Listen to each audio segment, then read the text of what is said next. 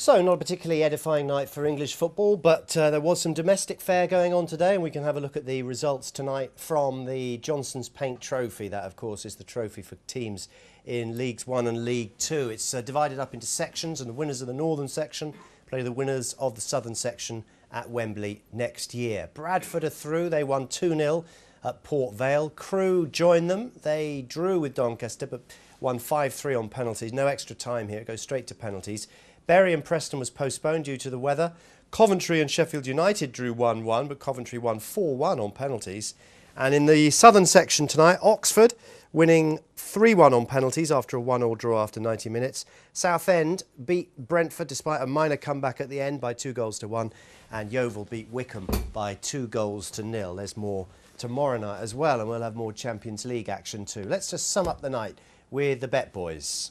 Butler. Yeah, I mean, it's been a very quiet night, really, as far as the betting, as far as the action is concerned. Everything was almost done before the games kicked off, and pretty much on the betting to win the Champions League, exactly as we were with Barcelona and Real Madrid heading the betting.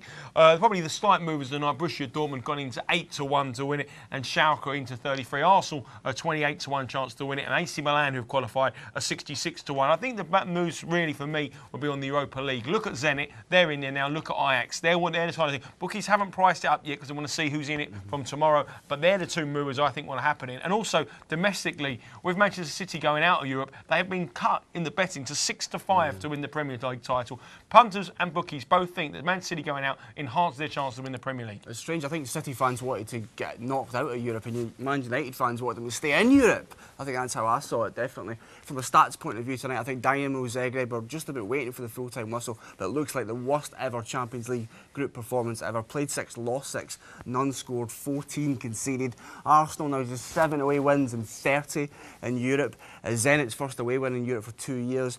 Dortmund continue to have never lost an English side at home since the 1960s. And finally, I think collectively it looks like being the English side's worst ever performance in the Champions League. Even if Chelsea and United win tomorrow night, that'll be a total of 38 points for the English sides in the groups this year. 41 was the previous low last year. So what does that say about the Premier League?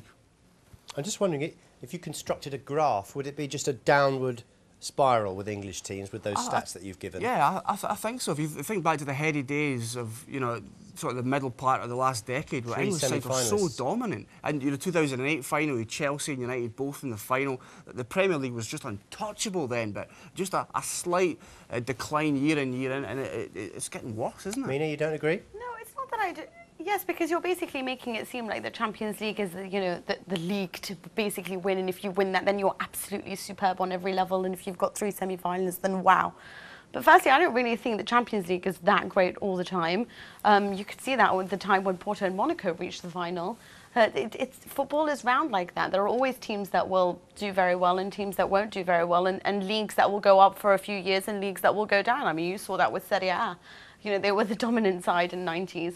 But I think that it's just a case of there's no really great team at the moment. Who is there? Dortmund does really well, yes, in the Champions League. They're not doing very well in their own league. Then you've got PSG, who are 4th in their own league. Now they're doing very well, the best highest scorers in the group stage. And then, other than your usual suspects like Barcelona and perhaps, who else? Who else is there? There was a lot of goals around tonight. There wasn't, statistically, it wasn't as many high-scoring games. But we wanted goals in every single game. Only 2 teams failed to score: AC Milan and Man City. And Zagreb finally get on the goal and don't be the worst team ever. I'm delightful. I'm gutted. They've wrecked my start. That means that Maccabi Haifa now have the worst ever Champions League group performance. Damn you, Zagreb. Let's blame the snow, shall we? Let's blame the snow. Quick word about Chelsea's odds. Yeah, boys, sorry, I was asking you what Chelsea's price would be to get through the group tomorrow. Well, they're 50-1 to win it. There'd probably be a decent price to go through. I've got it on the top of my head. I'd probably say around about 5 or 6 to 1 to actually go through, and probably even bigger, maybe about 10 or 12 to 1. The thing is that it's all about the draw in the Shakhtar game, isn't it? The draw for that match is 4-5 to be a draw. Shakhtar and Juventus. But at this particular time, who would Shakhtar rather want in the competition? Would they want Chelsea out or they want Juventus out? So they'd certainly want Juventus out, wouldn't they? What are the permutations then? If Why Shakhtar would they want and Juventus draw, they both go through? Yes. Correct. Regardless of the draw. Well, it's inevitable. Not genuine. I actually don't believe so. No, I don't think that. I think that there's a good chance both of them can win it. I'll bet you now 10 quid that it'll be a draw. Do you? Yeah. Well, that's because Juventus has notched up so many draws. But you know what? I'll bet you.